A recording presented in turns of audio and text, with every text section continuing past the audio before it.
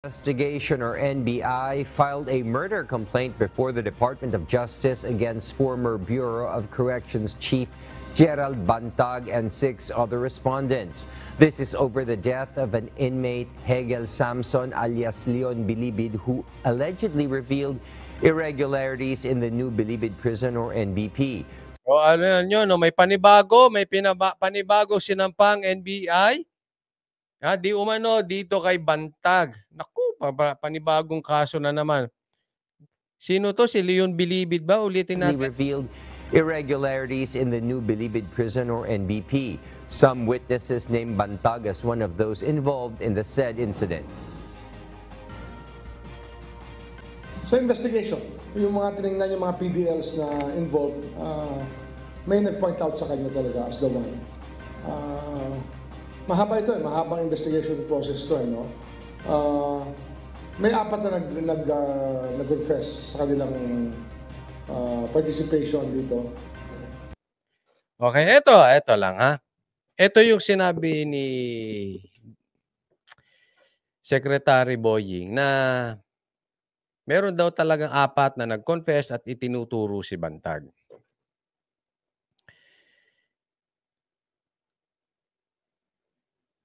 Sana lang yung pagiging maasikaso ni Boying Rimulya dito sa mga kaso ni DG Bantag ay sana ganun din siya kaasikaso sa mga nangyayari ngayon sa Bucor. Kasi po sa totoo, ang dami pong baho ng Bucor. Ibinuko na po yan ni Kong Tulfo mismo. Nakakapagtaka na bakit pagdating doon sa mga baho ng Bucor ngayon, tahimik si Boying, si Secretary Boying. Pagdating kay DG Bantag, parang lahat ng magturo kay DG Bantag, siya ay naniniwala, inaasikaso niya, nakatuon siya, samantalang doon sa mga ginagawa nitong directly or indirectly, kasabwat man sila or hindi kasabwat, itong sila Katapang at si Angelina, meron po talagang anomalya at baho dyan sa loob. Bakit po nagiging double standard si Boying Rimulya? Maraming salamat po, Aurea Haway. Sabi niya, Coach, inggit pa more. Thank you po sa kusang loob, Aurea Haway. Yun ang nakakapagtaka na parang napaka-active nyo naman pagka si Bantag. Pagka si Bantag, sige, siya may tinuturo. What do you expect sa mga PDL? Siyempre, hindi po sa dami niyan. Muli, sa inyo mismo galing, mga nasa 3,000 yung PDL na yan. Hindi natin may iwasan, may galit at may galit dyan kay Bantag. Lalo na pinagbawalan niya ang tilapia dyan sa loob, pinagbawalan niya ang kubol. Para doon sa mga hindi nakakaalam, yung tilapia, yung mga bentahan ng mga laman ng mga babae dyan sa loob. Kasi pag inalaw mo ang kubol, kasunod niyan, bentahan ng tilapia. So, giniba ni Bantag yung kubol, giniba niya yung tilapia. Siyempre, normal may magagalit sa kanya dyan. Sa 3,000, maraming galit sa kanya dyan. That is normal na nangyayari po. Hindi lang po kay Bantag. Sa lahat po, kahit sa vloggers, kung 1 million ang iyong subscribers, 1 million din ang galit sa'yo. You cannot please everybody. All the more, especially if you are doing the right thing and you are standing up for the truth. Marami. Pag tumayo ka sa katotohanan at hindi ka sumayaw sa agos, mas marami pa nagagalit sa'yo. Kasi yung iba dyan ay galit, may pagkapanatiko. Yung iba dyan, talaga lang inggit. Kasi hindi nila kayang gawin yung tayo mo dahil sila ay hindi kayang tumayo dahil weak. Bigyan ko po kayo ng halimbawa. Si Magalong. Marami ako sigurado may gusto si Magalong. Gusto si Magalong. Pero marami ring galit sa kanya. Baka mas marami pang ang galit eh.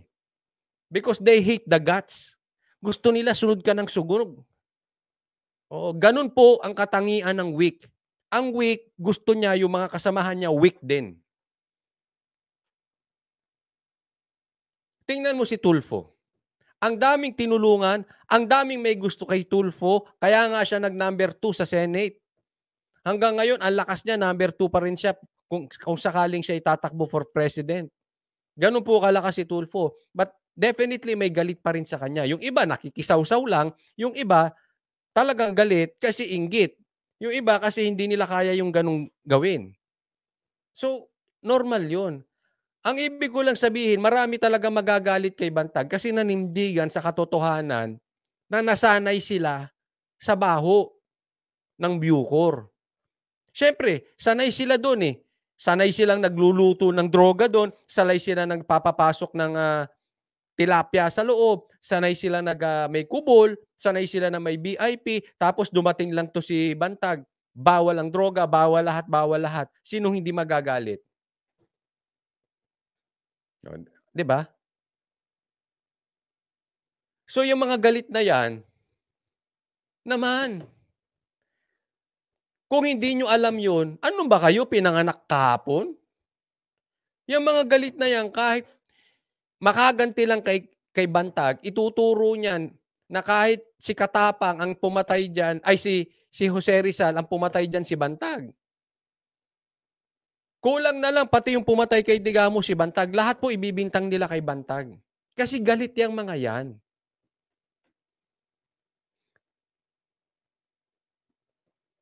Nakakapagtaka, napakatahimik nyo naman.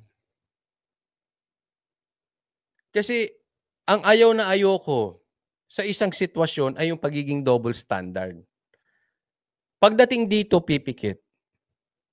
Pagdating dito, ang linaw ng mata. Lahat ng mali nakikita. Anong tawag mo dun? Double standard. Asan ang credibility ron?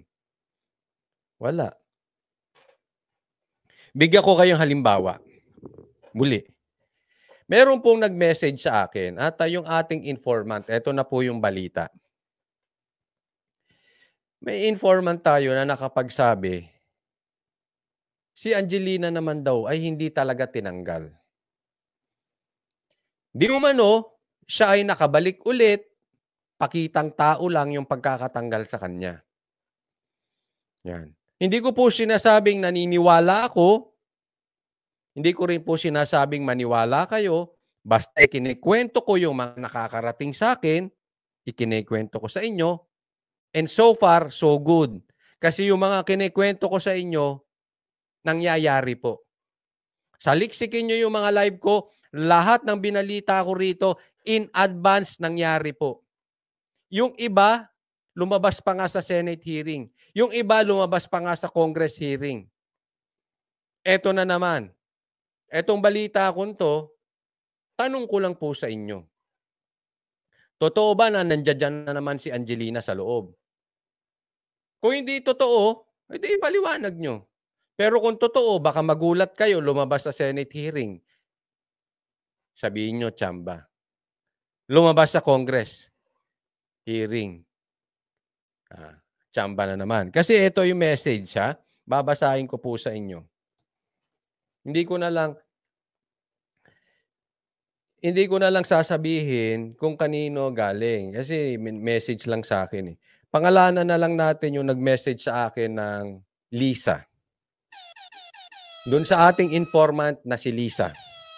Sabi ni Lisa,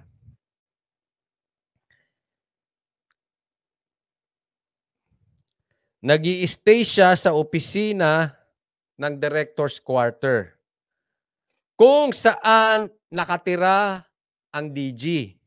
Ba, may katotohanan ba yan?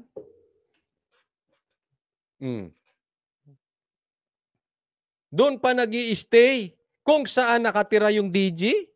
Totoo o hindi totoo? Meron naman siyang isinesend na ebidensya, hindi ko pwede makita. antayin po natin sa Senate pag nag-imbestiga.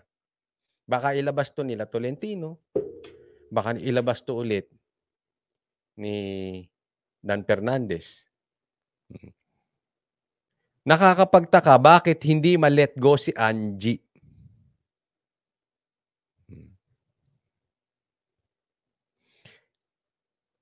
Ito yung text ni Lisa.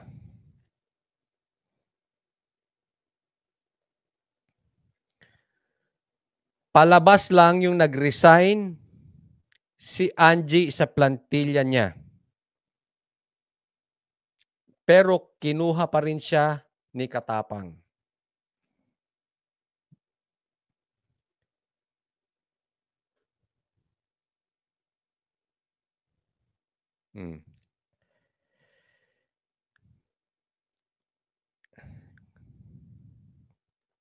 Kukunin daw ni Sir DGC, ma'am, sa counterintelligence sa CIW.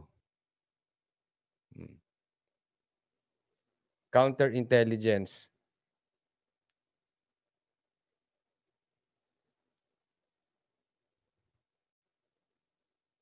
Counterintelligence sa CIW. Correctional Institution for Women. So sa madaling salita,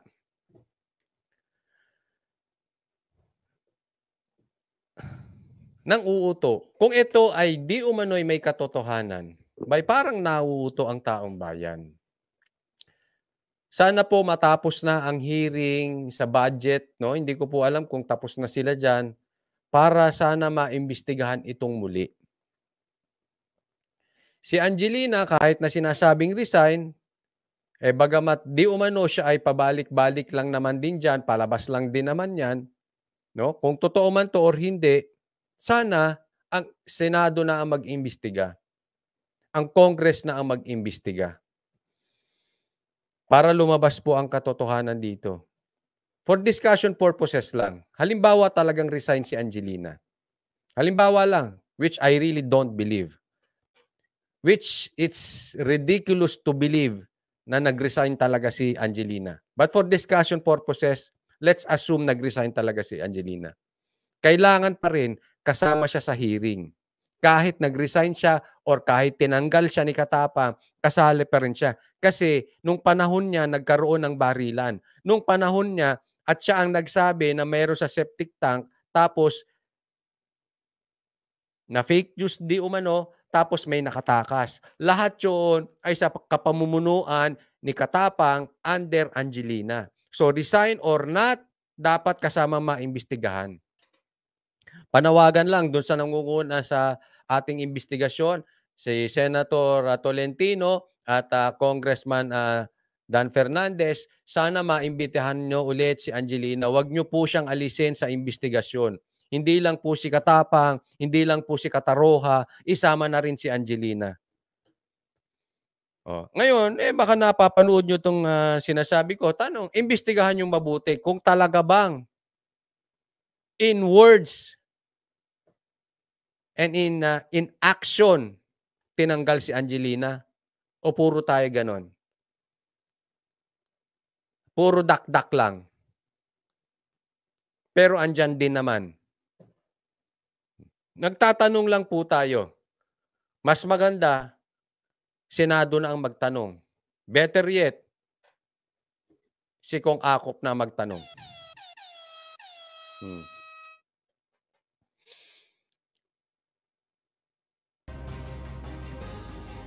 Meanwhile, the DOJ, the manhunt operation against Bantag will not stop until he is put behind bars. Ayan po, pagdating talaga kay Bantag, talagang very, very active sila. Very, very active. Sana lang, kung paano husgahan si Bantag, ganun din husgahan si Katapang. Para hindi bias, para hindi double standard. Sabi ni Quincy, basa po tayo. Sabi ni Quincy, hindi kaya hawak ni Angie ang mga malalaking kontrata at kinokontrol. Pwede.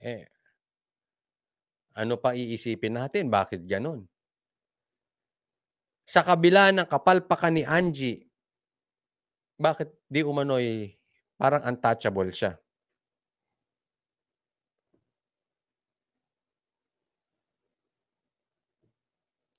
Sabi ni Amboy Wally, ang bilis binalik, mapagkakatiwalaan kasi ng higher ups, birds of the same feathers nga. Ayun nga eh.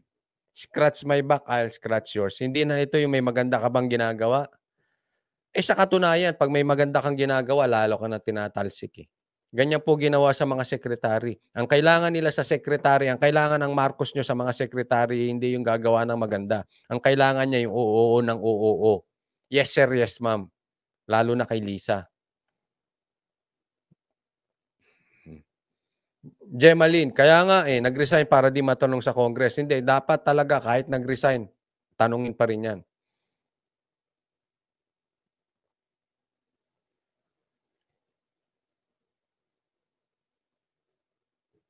Sabi ni Regina, may something kasi silang dalawa, ni Katapang at Bautista. Ay, nako.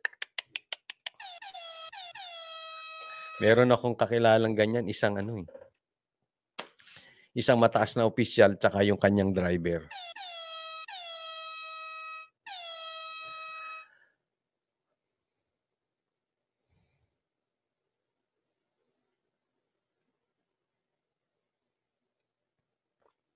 Sabi ni Ami, si Katapang nangako na siya kay Kong. Hindi na babalik si Dragon Lady. Hindi natin alam. Ganyan din yung presidente nga nila. Ang daming pangako eh. Hindi follow the leader yan.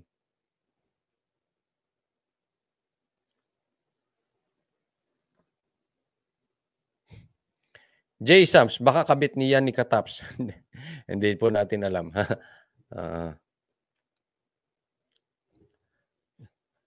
Siyang, ang kakapal talaga ng mga pagbumuka. Turo ng turo kay DJ Bantag. Kaya nga eh. Yung kaso nga patungkol kay Percy Lapid, napakalabnaw. May bago na naman ngayon. Ay, nako. Hindi natin alam kung... samantalang yung barilan, no? Wala na. Yung pagkatakas ni Kataroha, dapat napakalaking kaso niyan. Wala na, di na pinag-uusapan.